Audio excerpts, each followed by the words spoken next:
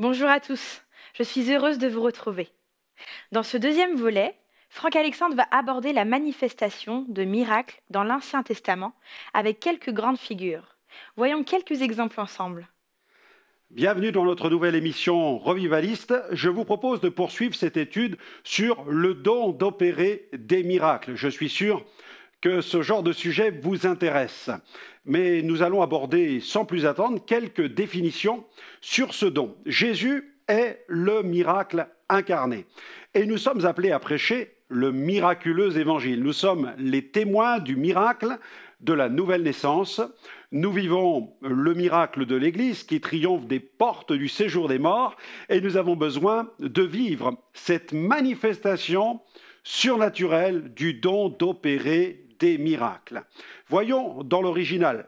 Paul a donc évoqué le don d'opérer des miracles dans son enseignement sur les dons spirituels.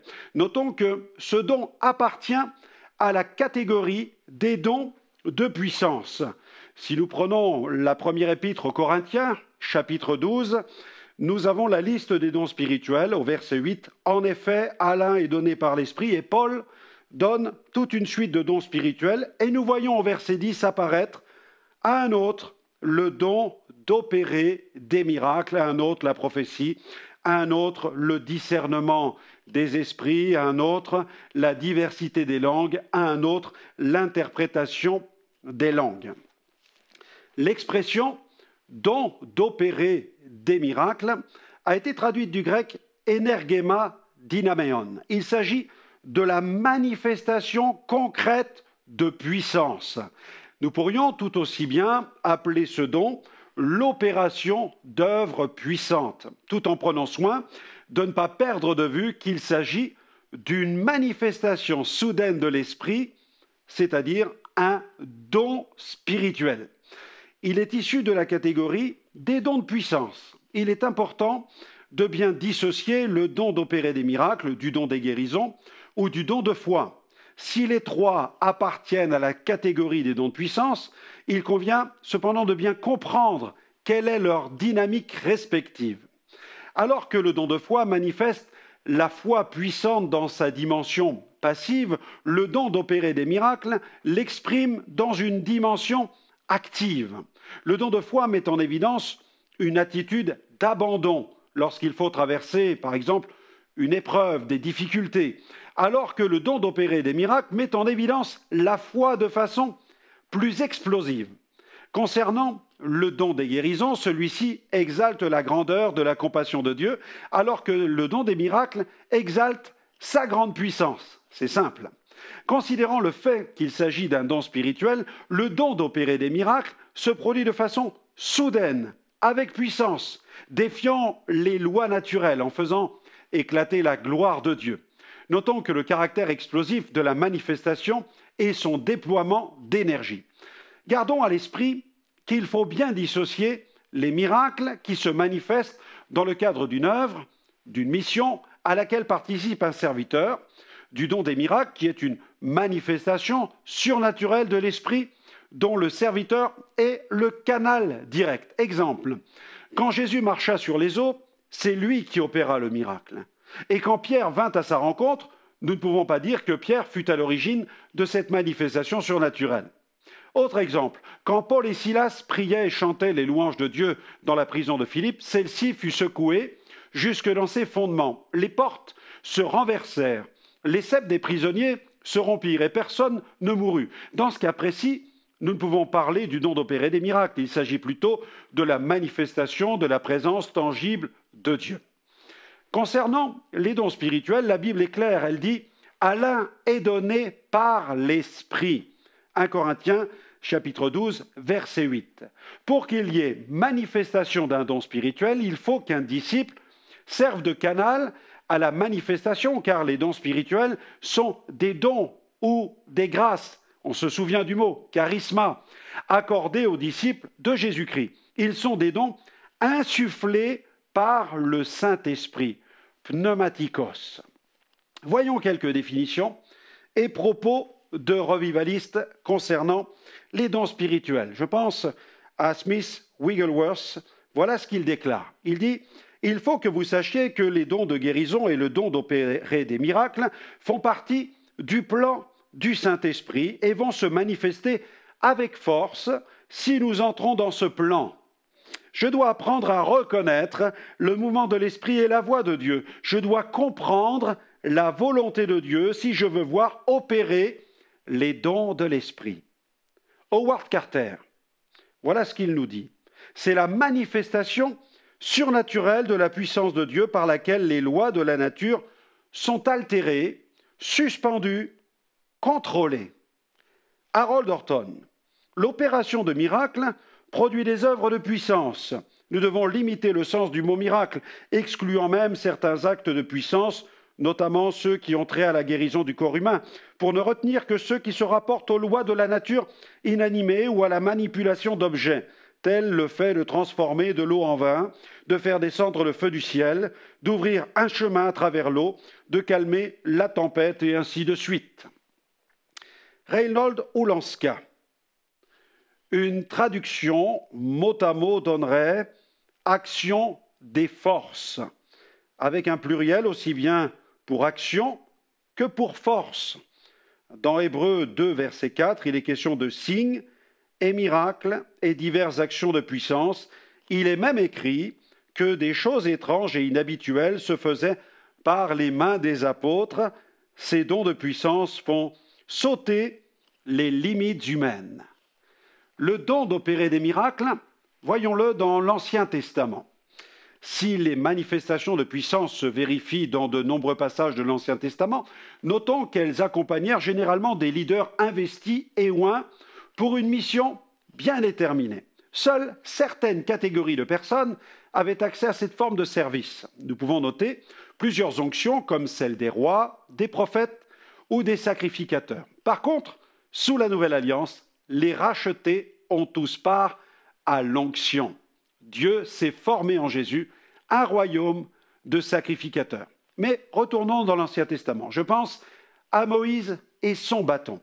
Quand l'Éternel entreprit la libération du peuple d'Israël, il accorda un signe à Moïse. Le bâton qu'il tenait dans sa main serait le symbole de son autorité et de sa puissance. Ainsi, à chaque fois que Moïse leva son bâton, des miracles se produisirent. Dans Exode chapitre 4, versets 1 à 5, Moïse répondit et dit : « Voici, ils ne me croiront point, ils n'écouteront point ma voix. Mais ils diront : l'Éternel ne t'est point apparu. L'Éternel lui dit : Qu'y a-t-il dans ta main ? Il répondit : Une verge. L'Éternel dit : Jette-la par terre. Et elle devint un serpent. Moïse fuyait devant lui. L'Éternel dit à Moïse : Étends ta main et saisis-le par la queue. Il étendit la main et le saisit, et le serpent redevint une verge dans sa main. C'est là, dit l'Éternel, ce que tu feras, afin qu'ils croient que l'Éternel, le Dieu de leur père, t'est apparu, le Dieu d'Abraham, le Dieu d'Isaac et le Dieu de Jacob. Ce bâton accompagna Moïse tout au long de l'exercice de son service auprès du peuple d'Israël. Il devait le tenir dans sa main en présence de Pharaon, lorsqu'il proclama l'imminence d'une plaie, par exemple, lorsqu'il fendit les eaux de la mer Rouge, lorsqu'il s'adressa au peuple, de même que lorsqu'il fit jaillir l'eau du rocher. Voyons maintenant une autre figure de l'Ancien Testament. Je pense à Josué et cette scène étonnante du soleil et de la lune qui furent arrêtés dans leur course dans Josué chapitre 10, versets 7 à 14. Alors qu'il est sur le point de triompher des troupes ennemies, Josué élève une prière qui défie l'intelligence et la science. Comme signe de victoire, il demande à l'Éternel d'arrêter le soleil et la lune dans leur course. Et l'Éternel répondit à cette prière, opérant un miracle qui va exercer une influence même sur les astres. Dans Josué 10, versets 12 à 14, alors Josué parla à l'Éternel le jour où l'Éternel livra les Amoréens aux enfants d'Israël, et il dit en présence d'Israël : Soleil, arrête-toi sur Gabaon, et toi, lune, sur la vallée d'Ajalon. Et le soleil s'arrêta, et la lune suspendit sa course, jusqu'à ce que la nation eût tiré vengeance de ses ennemis. Cela n'est-il pas écrit dans le livre du juste ? Le soleil s'arrêta au milieu du ciel et ne se hâta point de se coucher, presque tout un jour. Il n'y a point eu de jour comme celui-là, ni avant ni après, où l'Éternel ait écouté la voix d'un homme, car l'Éternel combattait pour Israël. À première vue, une telle demande aurait pu paraître insensée, mais elle rencontra la faveur divine, car il semble évident que Josué pria, animé de l'Esprit de Dieu. Je pense encore aux actes de Samson. Qui ne connaît pas les exploits de Samson? Son service fut marqué par un déploiement quasi permanent de la puissance de Dieu. Un jour, il déchire un lion à main nue. Dans Juge 14, versets 5 à 6, Samson descendit avec son père et sa mère à Timna. Lorsqu'ils arrivèrent aux vignes de Timna, voici un jeune lion rugissant vint à sa rencontre. L'Esprit de l'Éternel saisit Samson et, sans avoir rien à la main, Samson déchira le lion comme on déchire un chevreau. Il ne dit point à son père et à sa mère ce qu'il avait fait. Encore une fois, nous le voyons avec une mâchoire d'âne aussi, il tue 1000 hommes. Dans Juge 15, versets 14 à 17, lorsqu'il arriva à Léchi, les Philistins poussèrent des cris à sa rencontre. Alors l'Esprit de l'Éternel le saisit.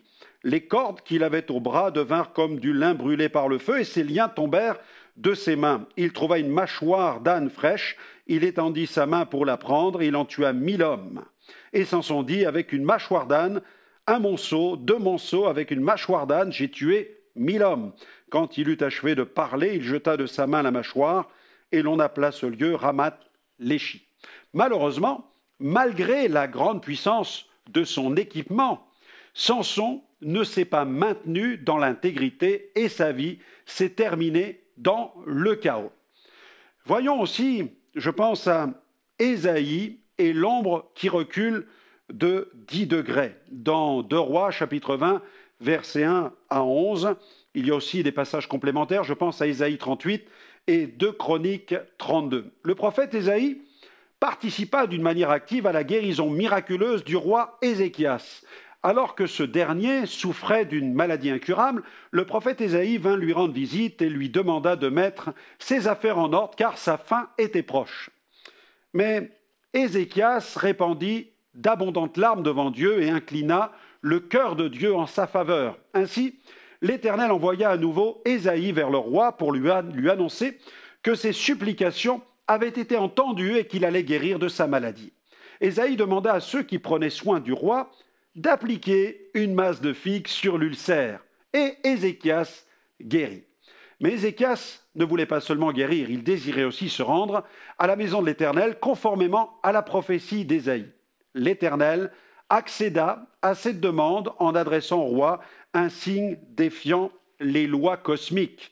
2 Rois, chapitre 20, versets 9 à 11, Ésaïe dit, voilà ce que dit Ésaïe, « Voici de la part de l'Éternel un signe auquel tu connaîtras que l'Éternel accomplira la parole qu'il a prononcée. » Ézéchiel répondit, « C'est peu de choses que l'ombre avance de 10 degrés, mais plutôt qu'elle recule de 10 degrés. » Alors Ésaïe, le prophète, invoqua l'Éternel, qui fit reculer l'ombre de 10 degrés sur les degrés d'Achaz où elle était descendue. Là encore, comme dans le cas de Josué, un miracle bousculant les lois du cosmos s'opère à la suite de la repentance du roi malheureux et de l'intercession du prophète Ésaïe. Mais il y a encore d'autres miracles, je pense à ceux d'Élie, la provision de farine et d'huile pour une pauvre veuve. Alors que la farine manque, la famine ravage le pays, l'Éternel ordonne à une pauvre veuve d'héberger le prophète. Mais cette femme qui connaît la disette ne peut imaginer que son geste d'hospitalité sera récompensé de façon glorieuse. En effet, l'homme de Dieu accueilli chez elle va la bénir en accomplissant un miracle de provision permanente d'huile et de farine. Gloire à Dieu. Je pense encore à un autre miracle, celui de la résurrection du fils de la veuve. Victime d'une violente maladie, le fils de cette veuve mourut. Et face à son chagrin immense, le prophète invoqua l'Éternel et fut poussé par le Saint-Esprit à accomplir un miracle de résurrection. Dans 1 Roi 17, versets 19 à 23, il lui répondit, « Donne-moi ton fils. » Et il le prit du sein de la femme, le monta dans la chambre haute, où il demeurait, et le coucha sur son lit. Puis il invoqua l'Éternel et dit, « Éternel, mon Dieu, est-ce que tu affligerais au point de faire mourir son fils, même cette veuve chez qui j'ai été reçu comme un hôte. Et il s'étendit 3 fois sur l'enfant, invoqua l'Éternel et dit, Éternel mon Dieu, je t'en prie que l'âme de cet enfant revienne au-dedans de lui. Et il fut rendu à la vie. Élie prit l'enfant, le descendit dans la chambre haute, de la chambre haute, dans la maison, et le donna à sa mère. Et il y dit, vois, ton fils est vivant. Gloire à Dieu. Encore une autre scène, le feu qui tomba du ciel dans 1 Roi 18, versets 37 à 38. L'affrontement du prophète Élie avec les faux prophètes de Baal sur le mont Carmel met une fois encore en évidence cette manifestation de la puissance de Dieu. Au cours de cette lutte, non seulement Élie fut porté par le don de foi, mais il exerça aussi le don d'opérer des miracles. Et il ordonna que le feu du ciel tombe pour consumer son offrande, et le feu tomba, jetant la confusion dans le camp des faux prophètes. 1 Roi 18, 37, 38. Voilà ce qui est écrit. Réponds-moi, Éternel. C'est la prière d'Élie. Réponds-moi, Éternel, réponds-moi, afin que ce peuple reconnaisse que c'est toi, Éternel, qui es Dieu, et que c'est toi qui ramènes leur cœur. Et le feu de l'Éternel tomba, et il consuma l'holocauste, le bois, les pierres et la terre, et il absorba l'eau qui était dans le fossé.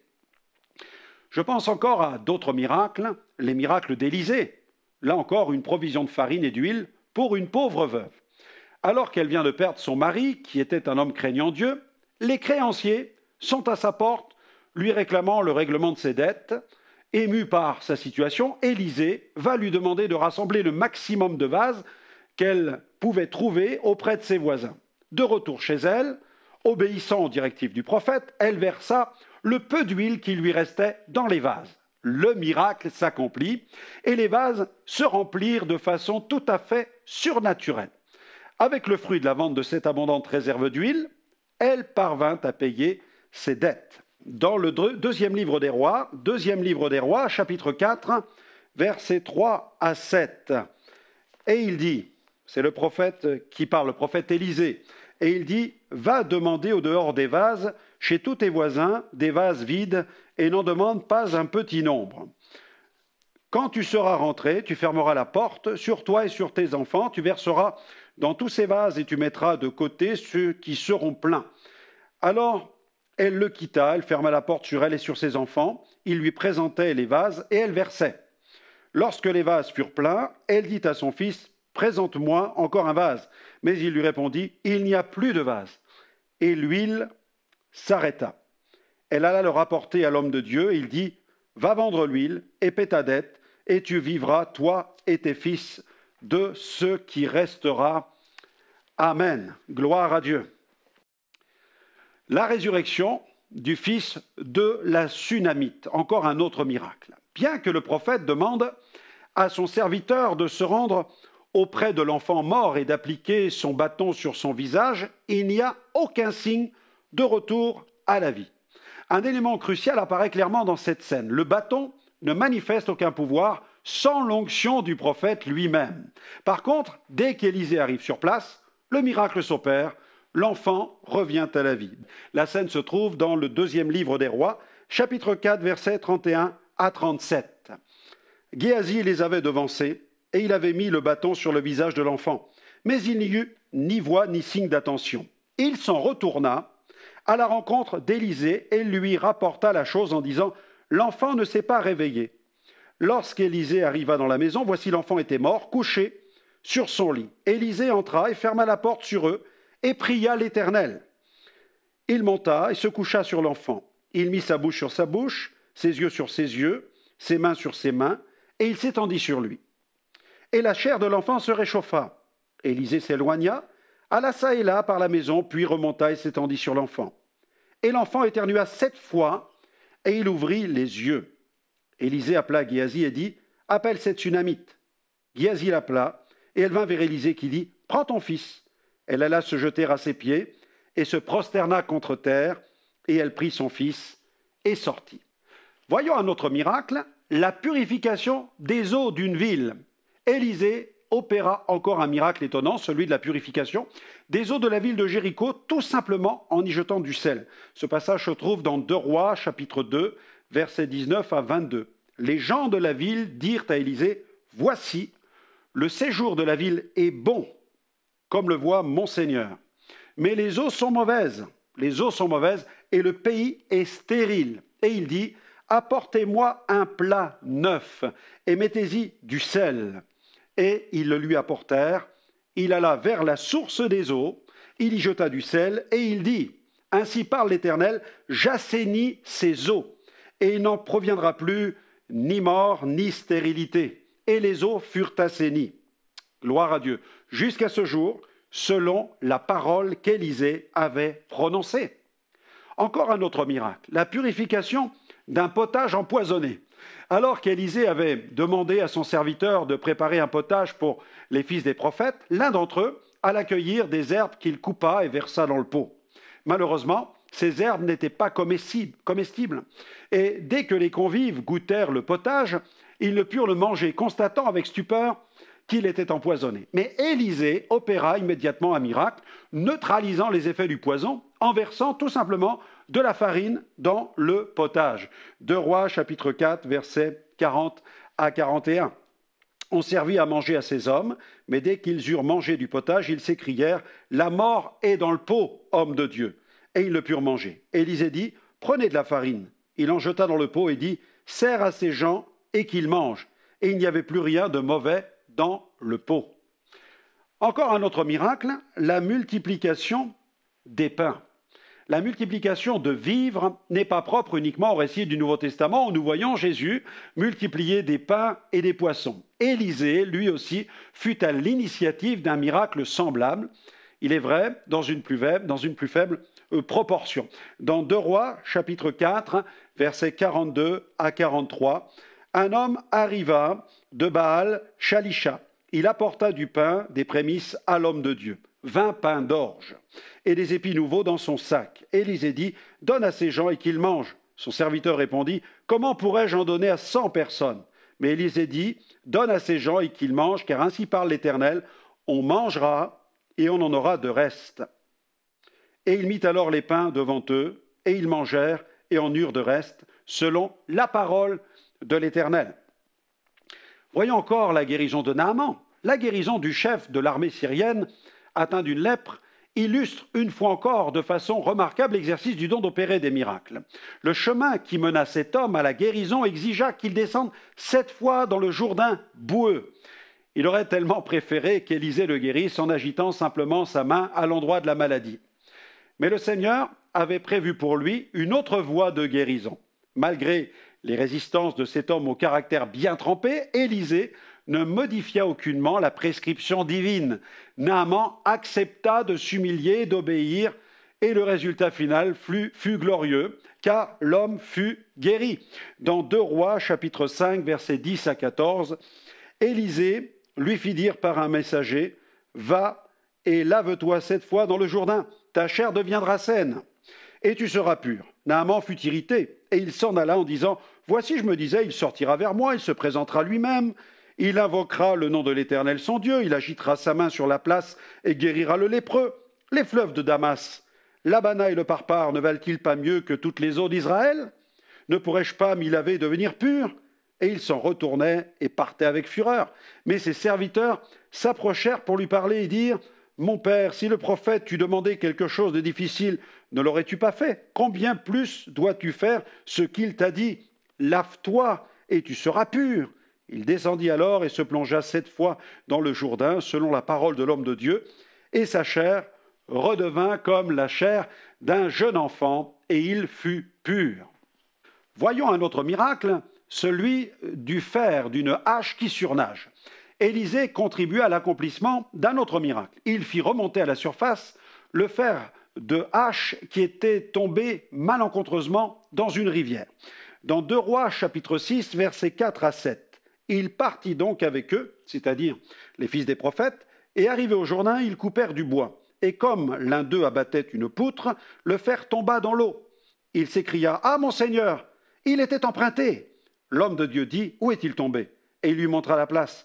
Alors Élisée coupa un morceau de bois, le jeta à la même place, et fit surnager le fer. Puis il dit, « Enlève-le !» Et il avança la main et le prit. Encore un autre miracle, les Syriens frappés d'aveuglement. Cette scène des Syriens frappés d'aveuglement est très frappante car nous voyons le prophète opérer 2 miracles de façon successive. Il pria pour que les ennemis d'Israël soient frappés de ces cités, afin de les capturer pour les mener jusqu'au roi d'Israël. Et dès qu'ils furent présentés au roi, il pria à nouveau, demandant que leurs yeux s'ouvrent. 2 Rois 6, 18 à 23. Les Syriens descendirent vers Élisée. Il adressa alors cette prière à l'Éternel: daigne frapper d'aveuglement cette nation. Et l'Éternel les frappa d'aveuglement, selon la parole d'Élisée. Élisée leur dit: ce n'est pas ici le chemin et ce n'est pas ici la ville. Suivez-moi et je vous conduirai vers l'homme que vous cherchez. Et il les conduisit à Samarie. Lorsqu'ils furent entrés dans Samarie, Élisée dit: Éternel, ouvre les yeux de ces gens pour qu'ils voient. Et l'Éternel ouvrit leurs yeux, et ils virent qu'ils étaient au milieu de Samarie. Le roi d'Israël, en les voyant, dit à Élisée: frapperai-je, mon père? Tu ne frapperas point, répondit Élisée. Est-ce que tu frappes ceux que tu fais prisonniers avec ton épée, avec ton arc? Donne-leur du pain et de l'eau, afin qu'ils mangent et boivent, et qu'ils s'en aillent ensuite vers leur maître. Le roi d'Israël leur fit servir un grand repas, et ils mangèrent et burent. Puis il les renvoya, ils s'en allèrent vers leur maître, et les troupes des Syriens ne revinrent plus sur le territoire d'Israël. Si les manifestations de puissance se vérifient sous l'ancienne alliance, soyons bien conscients que sous la nouvelle alliance, le Seigneur désire accomplir ses œuvres de puissance dans une plus grande mesure. Les dons spirituels sont accessibles à tous les rachetés. À très bientôt et que Dieu vous bénisse. Beaucoup apprécient cette série de livres sur les dons spirituels. Dis-nous en quoi consiste le don d'opérer des miracles. Il s'agit d'une manifestation soudaine de l'Esprit qui libère l'énergie du royaume de Dieu en vue d'accomplir des œuvres glorieuses, des guérisons, des délivrances. Alors c'est un don de puissance comme le don de foi, mais qu'est-ce qui le différencie ? Le don de foi est beaucoup plus passif. Le don d'opérer des miracles revêt un caractère beaucoup plus explosif. En quoi ce livre peut-il aider les personnes qui nous écoutent ? Il apporte tout un éclairage biblique, mais je cite aussi les revivalistes du passé et j'appuie avec de magnifiques témoignages que nous avons vécus dans notre ministère. Alors peux-tu nous dire quelle est la clé de l'efficacité de tous ces dons spirituels ? Je crois que c'est l'amour. En énumérant les divers dons spirituels, Paul n'a pas manqué de consacrer tout un passage sur l'importance de l'amour. Il nous faut vraiment aimer Dieu et aimer ceux qui nous entourent.